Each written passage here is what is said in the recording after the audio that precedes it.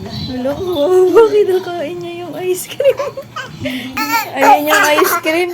Ayan po yung 5 books niya. Wow, great.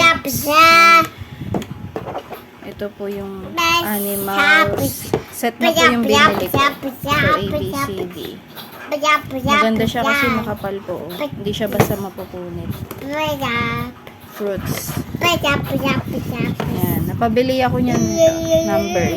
And ito yung colors. Maganda tong colors nila. Ayan. Pwede nyo ipaturo dyan kung anong colors. Sulit yan guys. 5 na siya. Oh.